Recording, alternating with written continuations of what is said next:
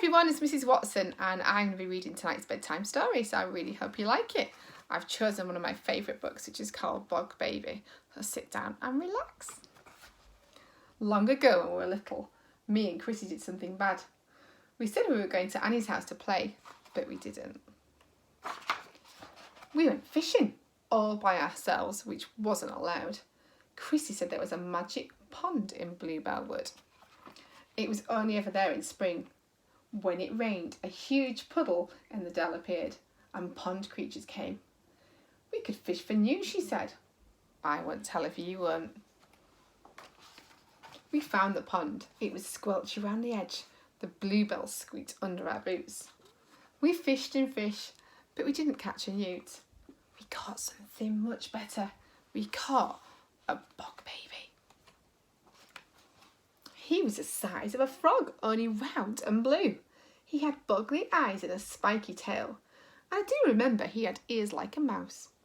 He came swinging through the flower stalks and jumped into the water. He floated up and down on his back and sucked his toes. That's when I fished him out. He didn't struggle. He sat in my hand and looked surprised. He was as soft as jelly, like he had no bones. When we stroked him, he flapped his wings. They were no bigger than daisy petals.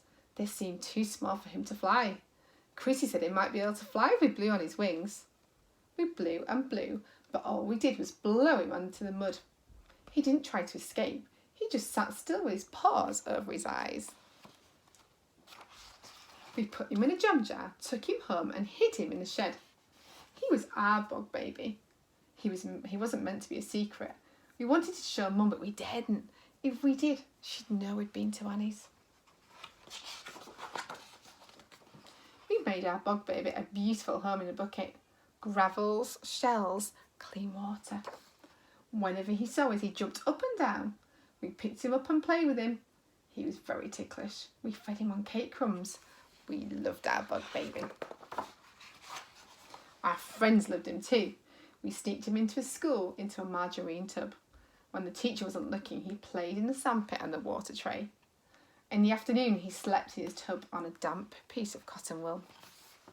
Chrissy made him a collar and lead, and we took him for walks in the field. Once a crow nearly ate him, but we scared him away just in time. We took great care of our bug baby. At least we tried, but he got sick. He didn't jump up and down anymore. He went pale and his wings dropped. He wouldn't touch his cake crumbs. We gave him all sorts, but he spat them out.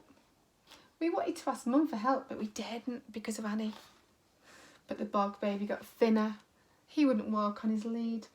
He hid under his shell. He wouldn't come out no matter how much we loved him. Mum found us in the shed. Chrissy wouldn't say why we were crying. We'd promised not to tell, but I blabbed. Mum wasn't angry though.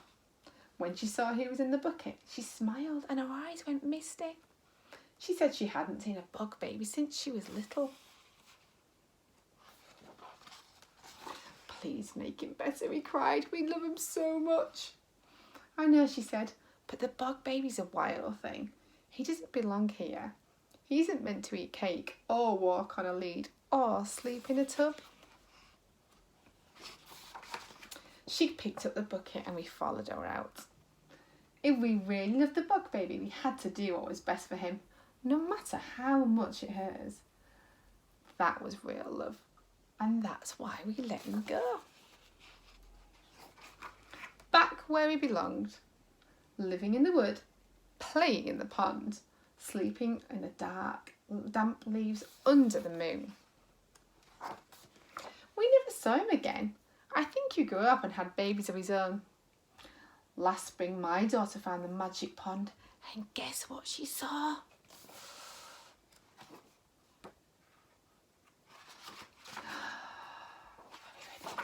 Hundreds of bog babies swinging through the bluebells, catching flies, floating on their backs, sucking their toes. That's what she told me, and that's what I believe. So there you go, boys and girls. That was tonight's story, Bog Baby. I hope you really enjoyed it. So make sure that when you're next out and you see a pond, look out for the bog baby. stories. See you soon. Stay safe.